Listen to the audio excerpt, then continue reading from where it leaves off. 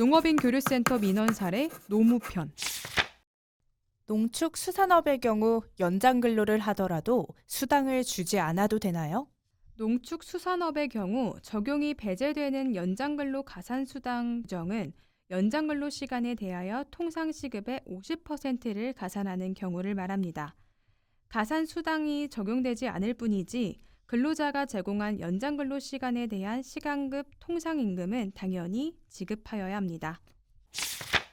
자주 지각하는 근로자가 10분에서 20분 연장 근로 요구 시 어떡하나요? 사업주는 지각 등 근로자가 근로하지 않은 시간에 대해서 임금 지급 의무가 없으므로 근로자가 지각한 경우 지각한 시간만큼 임금에서 공제하는 것이 가능합니다. 다만 연장 근로가 발생할 경우에는 10분 단위라도 할지라도 사업주는 연장 근로 수당을 지급하여야 합니다. 결국 평상시 지각한 것에 대해서는 공제를, 연장 근로한 것에 대해서는 연장 근로 수당 지급을 따로따로 처리하는 것이 적법합니다. 이 경우 공제 내역과 가산임금 산정 내역을 임금대장과 임금명세서에 분명하게 적시하여야 합니다. 농축수산업의 경우에도 야간 수당은 무조건 주어야 하나요? 농축수산업이라 할지라도 근로기준법상 오후 10시부터 다음날 오전 6시까지의 근로를 야간 근로로 규정하고 있고 야간 근로에 대해서는 통상임금 100분의 50 이상의 가산수당을 지급하여야 합니다. 이 규정은 강행 규정이므로 반드시 야간 근로 수당을 지급하여야 합니다. 다만 이 규정은 상시 근로자 수 5인 미만 사업장에서는 적용되지 않습니다. 연봉에 퇴직금을 포함하여 지급할 수 있나요? 퇴직금을 분할하여 미리 월급이나 연봉에 포함하여 지급하는 약정을 퇴직금 분할 약정이라고 하며 이와 같은 약정은 무효합니다.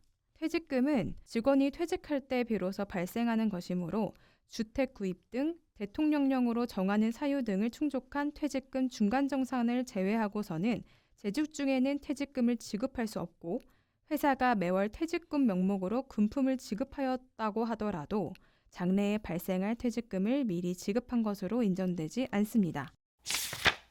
퇴직금이 발생하지 않은 경우에도 14일 내 정상 금액을 지급해야 하나요? 근로기준법은 근로자가 퇴직한 경우에는 임금, 보상금, 기타 모든 금품을 퇴직일로부터 14일 이내에 지급해야 한다고 규정하면서 당사자 간의 합의로 지급기일을 연장할 수 있다고 규정하고 있습니다. 따라서 퇴직금뿐만 아니라 연차수당, 휴업수당 등 근로관계에서 발생하는 모든 금품은 모두 근로자가 퇴직 후 14일 이내에 지급해야 하고 2주 이내에 지급할 수 없는 경우에는 14일이 지나기 전에 지급일 연장 합의를 할 수 있습니다. 다만 지급기일을 연장하더라도 퇴직일로부터 14일 지난 날부터 지연이자가 발생합니다. 농축수산업에도 대체공휴일이 적용되나요?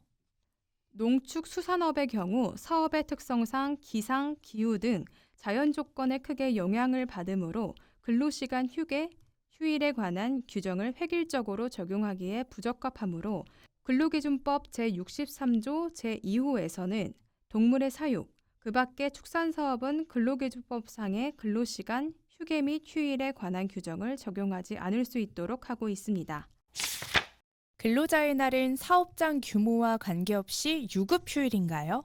매년 근로자의 날 5월 1일은 근로기준법에 따른 휴일이 아니므로 농축수산업 사업장의 근로자에게도 유급휴일로 보장됩니다. 그러므로 근로자의 날에는 근무를 하지 않도록 하고 소정 근로시간에 대한 임금을 지급해야 합니다. 만약 근로자의 날에 근무를 한 경우라도 휴일 근로에 대한 가산임금 규정은 적용되지 않으므로 휴일 근로 가산수당은 지급하지 않아도 되며 근로에 대한 임금만 지급하면 됩니다. 예를 들어 근로자의 날에는 8시간 근무한 경우에는 유급휴일에 대한 임금 8시간 분과 근무에 대한 임금 8시간 분을 합산한 총 16시간 분의 임금이 지급되어야 할 것입니다. 중대재해처벌법이 농축수산업도 적용되나요? 중처법 제3조에 따르면 상시근로자 5인 이상 사업장은 업종을 불문하고 중대재해처벌법의 적용을 받게 됩니다. 따라서 농축수산업의 경우에도 상시 근로자가 5인 이상이라면 예외 없이 중대재해처벌법이 적용됩니다. 고용노동부는 올해 2025년의 최저임금은 1030원으로 작년 최저임금 9,860원보다 1.7% 인상됐습니다. 변경된 최저임금은 2025년 1월 1일부터 사업장에서 지켜야 합니다. 이는 전년도 최저임금 9,620원에 비해 240원, 2.5% 인상된 것으로 한 주 40시간, 월 209시간 기준으로 월 206만 740원입니다. 상시 1인 이상 근로자를 사용하는 모든 사업 또는 사업장의 사업 종류별 구분 없이 동일하게 적용됩니다. 직장 내 괴롭힘 금지 조항이 농축수산업에도 해당되나요? 농축수산업의 경우에도 상시 4명 이하의 근로자를 사용하는 사업장이라면 직장 내 괴롭힘 관련 조항의 적용이 배제될 수 있습니다. 선언에 대해서도 직장 내 괴롭힘 금지 조항이 해당되나요? 근로기준법은 직장 내 괴롭힘을 금지하고 있으나 선언은 근로기준법이 아닌 선언법이 적용되고 여기에는 직장 내 괴롭힘 금지 규정이 없었습니다. 이에 개정 선언법은 선언의 선내 괴롭힘을 금지하고 선내 괴롭힘 발생 시 선박 소유자에게 조사 의무를 부과하며 신고한 선원 및 피해 선원 등에게 불리한 처우를 금지하는 규정을 신설하였습니다. 위반 시 형사처벌 또는 과태료 규정도 두었습니다. 농축수산업도 법정 필수 교육을 실시하여야 하나요? 네, 특히 성희롱 예방교육은 대표자 포함 남녀 혼성으로 일하는 사업장의 경우 미실시 시 시정기한 없이 즉시 과태료를 부과할 수 있습니다. 따라서 매년 1회 이상 반드시 시행하여야 합니다. 농축수산업도 연차를 부여해야 하나요? 농축수산업이라 하더라도 근로기준법 제60조에 의하여 연차 휴가가 부여되어야 합니다. 구체적으로 근속기간이 1년 미만인 근로자에게는 매월 개근 시 1일의 유급휴가를 부여해야 하며 근속기간 1년 이상부터는 15일의 유급휴가를 부여하여야 합니다. 또한 계속 근로년수가 3년 이상인 경우에는 매년 2년마다 1일의 연차휴가를 추가로 부여하여야 합니다. 기간제로 1년씩 계속 연장하여 근로자를 고용하게 되면 몇 년이 지나더라도 기간의 만료를 퇴사시킬 수 있나요? 아닙니다. 2년 동안 기간제 근로자를 사용한 다음 고용 종료 후 곧바로 재고용하여 같은 업무를 계속하도록 한다면 계속 근로로 인정되어 기간에 정함이 없는 근로계약을 한 것으로 인정될 소지가 많습니다. 기간제 근로자와 맺은 근로계약 기간이 만료되기 전에 정당한 이유 없이 고용관계를 종료시킨다면 이는 부당해고에 해당할 수 있습니다. 농축수산업에도 적용되는 법률에는 어떤 게 있을까요? 첫 번째는 육아휴직 기간 및 분할 횟수가 1년에 2회에서 1년 6개월에 3회로 늘어났습니다. 두 번째는 배우자 출산휴가로 10일 부여에서 20일 부여로 90일 이내 신청해서 120일 이내 사용이 가능합니다.